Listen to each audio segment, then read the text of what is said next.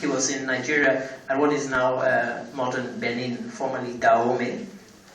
And he was sold 3 or 4 times to different domestic masters. Now, we don't know whether it was because he was troublesome or because some other reason, but it is quite unusual for somebody to be sold that many times. And eventually, he was one of a group of 187 that was sold to Portuguese slavers. And this is, I guess, where his story gets really interesting. And he says, I was made 8th in a number of the slaves of the Portuguese. Having no more hope of ever going to my country again, I patiently took whatever came, although it was not without fear and trembling. When he came to Britain, one of the things that fascinated people was they always asked him about his story, and he was always willing to tell his story. And I think a lot of them found it fascinating and almost incredible, in the old sense of incredible, not credible. But they saw him as a man of honor, and I think they took him at his word, and they believed that this was somebody who actually was telling the truth.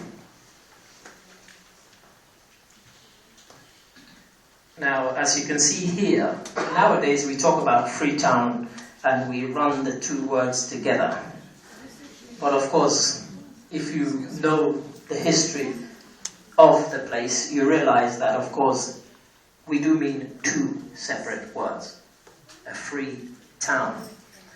And so, when the British had abolished the slave trade, the transatlantic slave trade, they then set up these missions.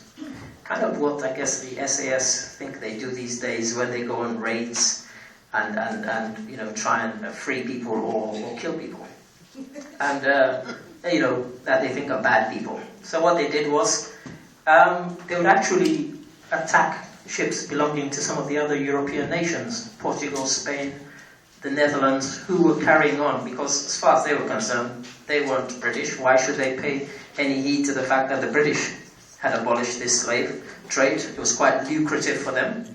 And they carried on.